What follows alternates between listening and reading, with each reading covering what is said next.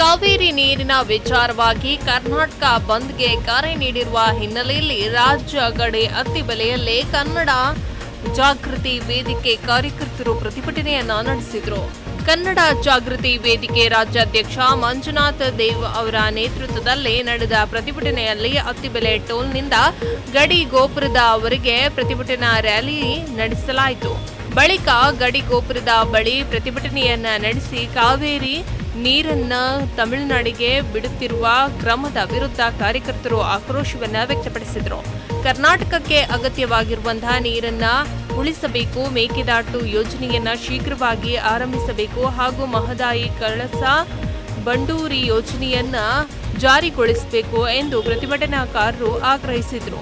ಈ ವೇಳೆ ಮಾತನಾಡಿದ ಕನ್ನಡ ಜಾಗೃತಿ ವೇದಿಕೆ ರಾಜ್ಯಾಧ್ಯಕ್ಷ ಮಂಜುನಾಥ್ ದೇವ, ಕರ್ನಾಟಕ ಸರ್ಕಾರ ಯಾರ ಒತ್ತಡಕ್ಕೂ ಮಣಿಯದೆ ಮೇಕೆದಾಟು ಯೋಜನೆಯನ್ನ ತಕ್ಷಣ ಆರಂಭಿಸಬೇಕು ಎಂದು ಒತ್ತಾಯಿಸಿದರು. ಮುಂಗಾರು ಬೆಳೆ ಕೈಕೊಡುತ್ತಿರುವ ಹಿನ್ನೆಲೆಯಲ್ಲಿ ರಾಜ್ಯದ ಹಲವು ಜಲಾಶಯಗಳಲ್ಲಿ ನೀರಿನ ಕೊರತೆ ಎದುರಾಗ್ತಾ ಇದೆ. ಮಂಡ್ಯ, ಮೈಸೂರು ಹಾಗೂ ರಾಮನಗರ ಜಿಲ್ಲೆಗಳ ರೈತರಿಗೆ ಕೃಷಿ ನೀರಿನ ಸಮಸ್ಯೆ ಎದುರಾಗ್ತಾ ಇದ್ದು, ಬೆಂಗಳೂರಿಗೂ ಕುಡಿಯುವ ನೀರಿನ ಅಗತ್ಯವಿದೆ. ಇಂತಹ ಪರಿಸ್ಥಿತಿಯಲ್ಲಿ ತಮಿಳುನಾಡಿಗೆ ಕಾವೇರಿ ನೀರು ಬಿಡುವುದು ಸರಿಯಲ್ಲ ಎಂದು ಆಕ್ರೋಶವನ್ನ ವ್ಯಕ್ತಪಡಿಸಿದರು. ಕಾವೇರಿ ನೀರಿನ ವಿಚಾರದಲ್ಲಿ ಕೇಂದ್ರ ಸರ್ಕಾರ ಕೂಡಲೇ ಮಧ್ಯಪ್ರವೇಶಿಸಿ ಸಮಸ್ಯೆಯನ್ನ ಬಗೆಹರಿಸಬೇಕು, ಇಲ್ಲವಾದರೆ ಮುಂದಿನ ದಿನಗಳಲ್ಲಿ ಇನ್ನಷ್ಟು ಉಗ್ರ ಹೋರಾಟವನ್ನ ನಡೆಸಲಾಗುವುದು ಎಂದು ಮಂಜುನಾಥ್ ದೇವ್ ಅವರು ಸರ್ಕಾರಕ್ಕೆ ಎಚ್ಚರಿಕೆಯನ್ನ ನೀಡಿದರು. ಪ್ರತಿಭಟನೆ ತೀವ್ರಗೊಂಡ ಹಿನ್ನೆಲೆಯಲ್ಲಿ ಪೊಲೀಸರು ಕನ್ನಡ ಜಾಗೃತಿ ವೇದಿಕೆ ಕಾರ್ಯಕರ್ತರನ್ನ ವಶಕ್ಕೆ ಪಡೆದರು. ಪ್ರತಿಭಟನೆಯಲ್ಲಿ ಗುಡ್ಡಟ್ಟಿ ರಾಮಸ್ವಾಮಿ ಸೇರಿದಂತೆ ಕನ್ನಡ ಜಾಗೃತಿ ವೇದಿಕೆಯ ಹಲವು ಪದಾಧಿಕಾರಿಗಳು ಹಾಗೂ ಕಾರ್ಯಕರ್ತರು ಭಾಗವಹಿಸಿದ್ರು.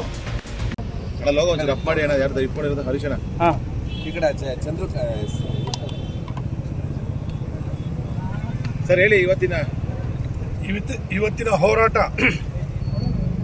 ಮೇಕೆದಾಟು ಯೋಜನೆಯನ್ನು ಕರ್ನಾಟಕ ಸರ್ಕಾರ ಶೀಘ್ರನೇ ಪ್ರಾರಂಭಿಸಬೇಕು ಮತ್ತು ಮಹದಾಯಿ ಮತ್ತು ಕಳಸಾ ಬಂಡೂರಿ ಯೋಜನೆಯನ್ನು ಕೂಡ ಪ್ರಾರಂಭ ಮಾಡಬೇಕು. ಯಾವುದೇ ಕಾರಣಕ್ಕೂ ಯಾವುದೇ ಒತ್ತಡಕ್ಕೆ ಮಣಿಯದೆ ರಾಜ್ಯ ಸರ್ಕಾರ ಮೇಕೆದಾಟು ಯೋಜನೆಯನ್ನು ಪ್ರಾರಂಭ ಮಾಡಲೇಬೇಕಾಗಿರತಕ್ಕಂಥ ಅನಿವಾರ್ಯ ಪರಿಸ್ಥಿತಿ.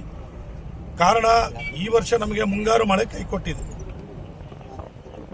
ಕಾವೇರಿ ಕೊಳ್ಳದ ಎಲ್ಲ ಅಣೆಕಟ್ಟುಗಳು ಬರಿದಾಗಿದೆ. ಆದರೆ ಕೇವಲ ಒಂದು ಕಬಿನಿ ಜಲಾಶಯದಿಂದ ಕೇರಳದಲ್ಲಿ ಮಳೆ ಆಗ್ತಾ ಇರೋದರ ಕಾರಣ ಕಬಿನಿ ಜಲಾಶಯದಿಂದ ಮಾತ್ರ ನೀರು ಬರ್ತಾ ಇದೆ. ಆ ನೀರನ್ನು ಕೂಡ ತಮಿಳುನಾಡಿಗೆ ಬಿಡ್ತಿದ್ದಾರೆ. ನಮ್ಮ ರಾಜ್ಯದ, ಅದರಲ್ಲೂ ಕಾವೇರಿ ಕೊಳ್ಳದ ಮಂಡ್ಯ ಇರ್ಬೋದು, ಮೈಸೂರು ಇರ್ಬೋದು, ರಾಮನಗರದ ಜಿಲ್ಲೆಗಳಿಗೆ ರೈತರಿಗೆ ನೀರನ್ನು ಕುಡಿಯೋ ವ್ಯವಸಾಯಕ್ಕೆ ಕೊಡಬೇಕಾಗ್ತದೆ. ಅದನ್ನು ಕೊಡೋಕ್ಕಾಗದಿರೋರಿಗೆ ನೀರನ್ನು ಬಿಟ್ಟರೆ ಯಾವ ರೀತಿ ಸರ್ಕಾರ, ಮಳೆನೇ ಇಲ್ಲ, ಡ್ಯಾಮ್ಗಳಲ್ಲಿ ನೀರಿಲ್ಲ, ಆದರೂ ನೀರನ್ನು ಬಿಡ್ತಿದ್ದಾರೆ. ಇದರ ಮಧ್ಯದಲ್ಲಿ ನಮಗೆ ಕರ್ನಾಟಕಕ್ಕೆ ಯಾವತ್ತೂ ಕೂಡ ಅನ್ಯಾಯವನ್ನು ಮಾಡ್ತಕ್ಕಂತಹ ಕಾವೇರಿ ನ್ಯಾಯಮಂಡಳಿ ಈಗಾಗಲೇ ಅವರು ಒಂದು ಅವೈಜ್ಞಾನಿಕವಾದಂಥ ತೀರ್ಪನ್ನು ಕರ್ನಾಟಕದ ವಿರುದ್ಧನೇ ತೀರ್ಪನ್ನು ಕೊಟ್ಕೊಂಡು ಬಂದಿದ್ದಾರೆ. ಇದುವರೆಗೂ ಕೂಡ ನಮಗೆ ಯಾವತ್ತೂ ಕೂಡ ಅವರು ನ್ಯಾಯವನ್ನು ಕೊಟ್ಟಿಲ್ಲ ಕಾವೇರಿ ನ್ಯಾಯಮಂಡಳಿ.